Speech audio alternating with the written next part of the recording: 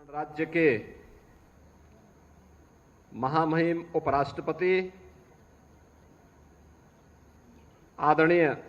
श्री जगदीप धनखड़ जी,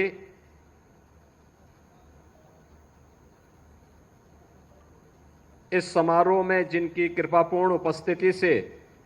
ये पूरा समारोह गौरवपूर्ण बना है,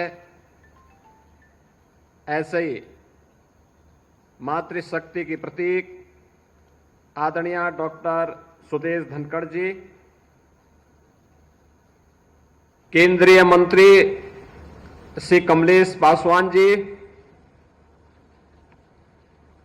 उत्तर प्रदेश सरकार में मंत्रिमंडल के मेरे सहयोगी, माध्यमिक शिक्षा विभाग की मंत्री श्रीमती गुलाब देवी जी, बेसिक शिक्षा विभाग के मंत्री श्री संदीप सिंह जी, माननीय सांसद श्री रविकिशन शुक्ला जी, जिला पंचायत अध्यक्ष श्रीमती साधना सिंह जी, महापौर डॉक्टर मंगलेश श्रीवास्तव जी, मंच पर उपस्थित विधान परिषद सदस्य डॉक्टर धर्मेंद्र सिंह जी,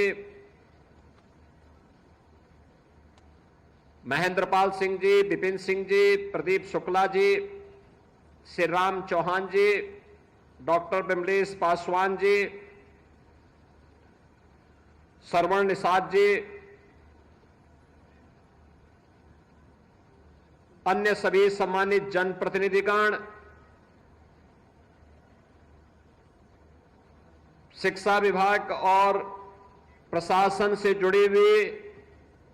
सभी अधिकारीगण, उपस्थित गणमान्य नागरिकगण, सैनिक स्कूल गोरखपुर के आज के इस उद्घाटन कार्यक्रम में उपस्थित सभी उपस्थित बहनों और भाइयों एवं प्यारे बच्चों, मैं सबसे पहले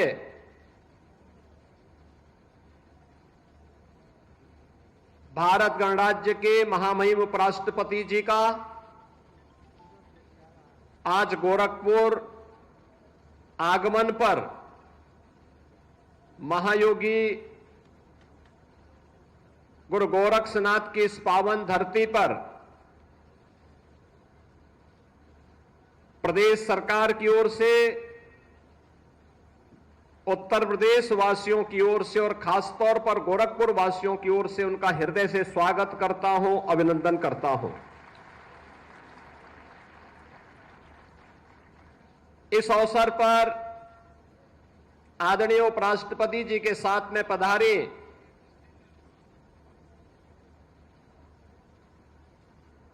डॉक्टर आदरणीय सुदेश धनखड़ जी का, जो उनकी धर्मपत्नी भी हैं, हृदय से गोरखपुर वासियों की ओर से और प्रदेश सरकार की ओर से स्वागत करता हूं, अभिनंदन करता हूं।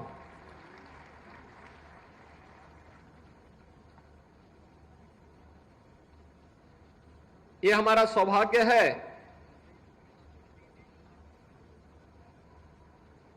कि गोरखपुर में पहली बार आदरणीय उपराष्ट्रपति जी का आगमन हुआ है, और वह भी एक ऐसे पवित्र कार्यक्रम के उद्देश्य से जो पीढ़ियों का निर्माण करेगी, जीवन के अनुशासन के प्रति और अपने उत्तरदायित्वों के प्रति हमारे क्या कर्तव्य हैं, इसका बोध कराने के लिए जिस एक संस्थान का लोकार्पण आपके कर कमलों से होने जा रहा है, उस संस्थान से निकले हुए छात्र इसके प्रतीक बनेंगे। इस दृष्टि से आज यह उत्तर प्रदेश के लिए और खासतौर पर पूर्वी उत्तर प्रदेश के लिए एक महत्वपूर्ण दिन है। गोरखपुर पौराणिक और ऐतिहासिक कालखंड से ही महत्वपूर्ण जनपद रहा है। इस जनपद की अपनी विशेषता है। ये महायोगी गुरु गोरक्षनाथ की पावन साधना स्थली तो है ही, सनातन हिंदू धर्म का साहित्य का एक केंद्र, गीता प्रेस के माध्यम से पूरे देश और पूरी दुनिया के अंदर उसके प्रचार प्रसार का सबसे महत्वपूर्ण केंद्र भी गोरखपुर है। देश की आजादी की लड़ाई में 1857 के प्रथम स्वातंत्र समर के दौरान शहीद बंधु सिंह के नेतृत्व में अनेक क्रांतिकारियों ने विदेशी हुकूमत की चूलों को हिलाने का काम किया था। तो आजादी के उस आंदोलन के दौरान चोरी चोरा की 1922 में घटित घटना भी भारत के इतिहास में इस संघर्ष को एक नई गति देता है। गोरखपुर यह भारत की पौराणिक और ऐतिहासिक पृष्ठभूमि की पावन भूमि है। प्राकृतिक संसाधनों से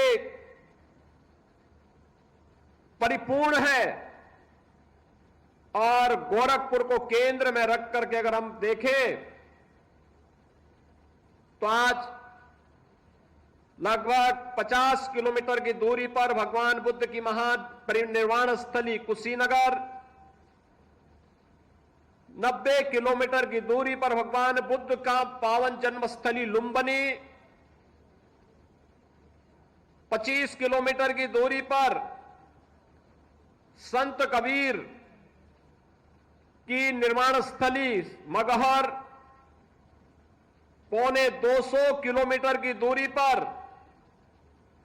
श्री राम जन्मभूमि अयोध्या और 250 किलोमीटर की दूरी पर बाबा विश्वनाथ की पावन नगरी काशी या गोरखपुर को केंद्र में रख करके देखें तो ये दूरी गोरखपुर के अगल बगल के पावन स्थल हम सबका ध्यान आकर्षित करते हैं। पूर्वी उत्तर प्रदेश, पश्चिमी उत्तर बिहार और नेपाल की 3 करोड़ से अधिक की आबादी का शिक्षा का, स्वास्थ्य का, व्यापार और रोजगार का प्रमुख केंद्र भी गोरखपुर है। गोरखपुर आज नए भारत के विकास की यात्रा में आदरणीय प्रधानमंत्री जी की प्रेरणा और मार्गदर्शन में अपनी पौराणिक और ऐतिहासिक परंपरा को क्षुण्ण बनाए रखते हुए विकास की एक नई गति को आगे बढ़ा रहा है। ये जो कैंपस है जहां पर ये नवनिर्मित सैनिक स्कूल का लोकार्पण आज आदरणीय उपराष्ट्रपति जी के कर कमलों से हो रहा है, यहां पर बंद खाद कारखाना था। यह खाद कारखाना फिर से न केवल आधुनिक भारत में कृषि की उत्पादकता को बढ़ाने में बल्कि उत्पादन लागत को कम करने में भी एक बड़ी भूमिका का निर्वहन करना फिर से प्रारंभ कर दिया है। यहां के नागरिकों के सामने आजीविका के एक नए साधन के रूप में उभरा है। तो स्वास्थ्य की समस्या का समाधान करने के लिए भी आज यहां पर एम्स गोरखपुर ने न केवल गोरखपुर बल्कि पूर्वी उत्तर प्रदेश की स्वास्थ्य की आवश्यकताओं की पूर्ति करने में बीआरडी मेडिकल कॉलेज और एम्स गोरखपुर तेजी के साथ उस अभियान को एक नई गति दे रहा है। यहां के अन्नदाता किसानों की मेहनत, गन्ना उत्पादन के लिए चल रही चीनी मिलें, यहां पे रोजगार की प्रमुख साधन है, तो आज का अत्याधुनिक इंफ्रास्ट्रक्चर भी गोरखपुर और पूर्वी उत्तर प्रदेश को एक नई पहचान दे रहा है। एक्सप्रेसवे हो, इंटर स्टेट 4 लेन और 6 लेन की कनेक्टिविटी हो, या फिर नए नए आ रहे उद्योग, यह एक नई पहचान बन रही है। अब उत्तर प्रदेश के इस उत्तर पूर्व क्षेत्र में शिक्षा, स्वास्थ्य और निवेश के बेहतरीन ड्रीम डेस्टिनेशन के रूप में गोरखपुर तेजी के साथ आगे बढ़ा है। आज ऐसे गोरखपुर में आदरणीय उपराष्ट्रपति जी का आगमन, गोरखपुर में सैनिक स्कूल का शुभारंभ हमारी वर्तमान पीढ़ी को और देश के उज्जवल भविष्य को आगे बढ़ाने में एक महती भूमिका का निर्वहन करने जा रहा है। इस दृष्टि से आज गोरखपुर वासियों को अपने देश के लोकप्रिय उपराष्ट्रपति जी के स्वागत का अवसर प्राप्त हुआ है। मैं इस अवसर पर उनकी कृपापूर्ण उपस्थिति जो आज गोरखपुर में हुई है, इसके लिए उत्तर प्रदेश की सरकार की ओर से, आप सभी जनता जनार्दन की ओर से और सैनिक स्कूल परिवार के सभी छात्र छात्राओं की ओर से आदरणीय उपराष्ट्रपति जी का, आदरणीय श्रीमती उपराष्ट्रपति जी का हृदय से स्वागत करता हूं, अभिनंदन करता हूं। जैसा कि यहां पर बताया गया कि यह सैनिक स्कूल इस पवित्र प्रांगण में लगभग 50 एकड़ क्षेत्रफल में स्थापित किया गया है। मुख्य भवन के साथ ही एक सैनिक स्कूल में देश के पहले सीडीएस जनरल बिपिन रावत के नाम पर ऑडिटोरियम का निर्माण संपन्न हुआ है। 1000 सीटों का वह ऑडिटोरियम यहां की आवश्यकताओं की पूर्ति के लिए अत्यंत उपयोगी साबित होगा। कारगिल के शहीद कैप्टन बत्रा के नाम पर मल्टीपर्पज हॉल के साथ ही यहां पे एकलव्य शूटिंग रेंज भी है और साथ साथ अत्याधुनिक स्विमिंग पूल भी यहां पे प्रैक्टिस के लिए इन बच्चों के लिए, सैनिक स्कूल में अध्ययन करने वाले छात्र छात्राओं के लिए उपलब्ध कराया गया है। राइडिंग की भी सुविधा रहेगी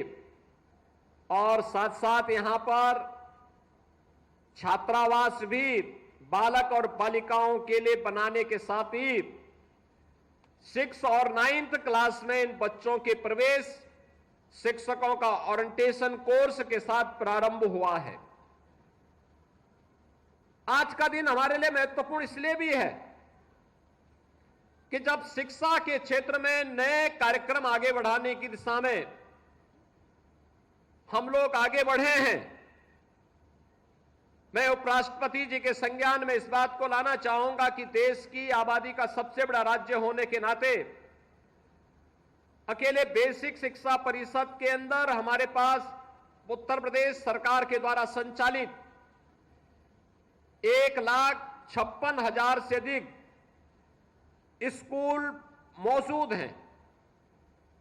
इन स्कूलों में 2017 के पहले बुनियादी सुविधाओं का अभाव देखा जाता था। हम लोगों ने 2017 में आने के बाद एक प्रयास प्रारंभ किया कि आखिर हर एक व्यक्ति, वह कम पढ़ा लिखा हो, ज्यादा पढ़ा लिखा हो, लेकिन हर एक व्यक्ति किसी न किसी स्कूल के साथ उसका संबंध रहता है। और अगर हम जन सहभागिता के माध्यम से ऑपरेशन कायाकल्प के एक अभियान को आगे बढ़ाएंगे और इन स्कूलों में बुनियादी सुविधाओं से इन्हें आच्छादित करेंगे तो इसका लाभ न केवल बच्चों को प्राप्त होगा बल्कि बेसिक शिक्षा की एक बुनियादी आवश्यकताओं की हम पूर्ति करने में सफल होंगे। और मुझे बताते हुए प्रसन्नता है कि अब तक 1,34,000 से अधिक बेसिक शिक्षा परिषद के स्कूलों को हम लोगों ने ऑपरेशन कायाकल्प के साथ सफलतापूर्वक बुनियादी सुविधाओं से आच्छादित करने में सफलता प्राप्त की। प्रदेश के अंदर निर्माण श्रमिकों के बच्चों के लिए और कोविड कालखंड के दौरान निराश्रित हुए बच्चों के लिए अत्याधुनिक सुविधा से युक्त स्कूल बने, इंटीग्रेटेड कॉम्प्लेक्स बने, जहां पे हम पहली क्लास से लेकर के 12वीं क्लास तक की और उच्च शिक्षा के भी एक अच्छा केंद्र विकसित कर सके। 18 कमिश्नरी हेडक्वार्टर पर हम लोगों ने पहले चरण में ऐसे 18 आवासीय विद्यालय गत सत्र में प्रारंभ किए हैं और ये रेजिडेंशियल विद्यालय, आवासीय विद्यालय हैं, ये सफलतापूर्वक संचालित हुए हैं। अब उन्हीं को हम आगे बढ़ाते हुए 57 अन्य जनपदों में भी इसी क्रम को आगे बढ़ाने का कार्य कर रहे हैं। प्रदेश के अंदर पीएम श्री के रूप में 1707 विद्यालय, जिसमें बेसिक भी है और माध्यमिक के भी है, इन विद्यालयों को भी बेहतरीन सुविधाओं से सुसज्जित करके आगे बढ़ाने का कार्य किया गया है। और साथ ही प्रदेश के अंदर जितने भी सीनियर सेकेंडरी लेवल के विद्यालय हैं, सेकेंडरी और सीनियर सेकेंडरी लेवल के जितने भी हमारे प्रदेश के अंदर विद्यालय हैं, गवर्नमेंट के हों या गवर्नमेंट एडेड हों, इन सब के लिए भी योजना बना करके इनके अंदर अपने अच्छे भवन हो, अच्छा इनके पास बुनियादी सुविधाएं हो, इन सब से आच्छादित करके नई पीढ़ी को उत्तम शिक्षा प्राप्त हो सके, इसके लिए एक प्रयास प्रारंभ हुआ है। सैनिक स्कूल इसी परंपरा का एक नया महत्वपूर्ण हम लोगों का प्रकल्प है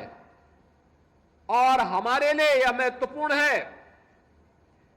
कि देश का पहला सैनिक स्कूल 1960 में तत्कालीन मुख्यमंत्री डॉक्टर संपूर्णानंद जी ने 1960 में लखनऊ में स्थापित किया था। 1960 में पहला सैनिक स्कूल उत्तर प्रदेश में स्थापित होने के बाद 1961 में देश के अंदर तत्कालीन रक्षा मंत्री ने 5 नए सैनिक स्कूल प्रारंभ किया था और हमारे लिए गौरवपूर्ण है कि देश के उन 5 सैनिक स्कूलों में से एक चित्तौड़गढ़ के सैनिक स्कूल के पुरातन छात्र और आज भारत के महामहिम उपराष्ट्रपति आदरणीय जगदीप धनखड़ जी उसी चित्तौड़गढ़ सैनिक स्कूल के पुरातन छात्र हैं। मैं देख रहा था कितनी रुचि से उन्होंने मुख्य भवन के साथ साथ शूटिंग रेंज और एक एक कार्य का अवलोकन किया और अपनी पुरानी स्मृतियों में खो गए, अपने छात्र जीवन में वे फिर से खो गए। कितना भावनात्मक क्षण वह था जब वह विद्यालय के मुख्य भवन का उद्घाटन करने के लिए गए, वहां के कैडेट्स से मिले तो उन्हें लग रहा था जैसे वे स्वयं भी एक सीनियर छात्र के रूप में उन छात्रों का मार्गदर्शन कर रहे हैं, उन्हें अपना आशीर्वाद प्रदान कर रहे हैं। वो सचमुच हमारे लिए एक भावनात्मक क्षण था और इसीलिए हमारे लिए महत्वपूर्ण था कि सैनिक स्कूल का उद्घाटन कौन करे। तो मेरे मन में इस बात को आया, हमारे माध्यमिक शिक्षा विभाग के अपर मुख्य सचिव ने भी मुझे इस बारे में बताया कि आदरणीय उपराष्ट्रपति जी सैनिक स्कूल के ही पुरातन छात्र हैं। 1962 से लेकर के 1969 तक चित्तौड़गढ़ सैनिक स्कूल के छात्र के रूप में उन्होंने वहां पर अपनी शिक्षा और दीक्षा ली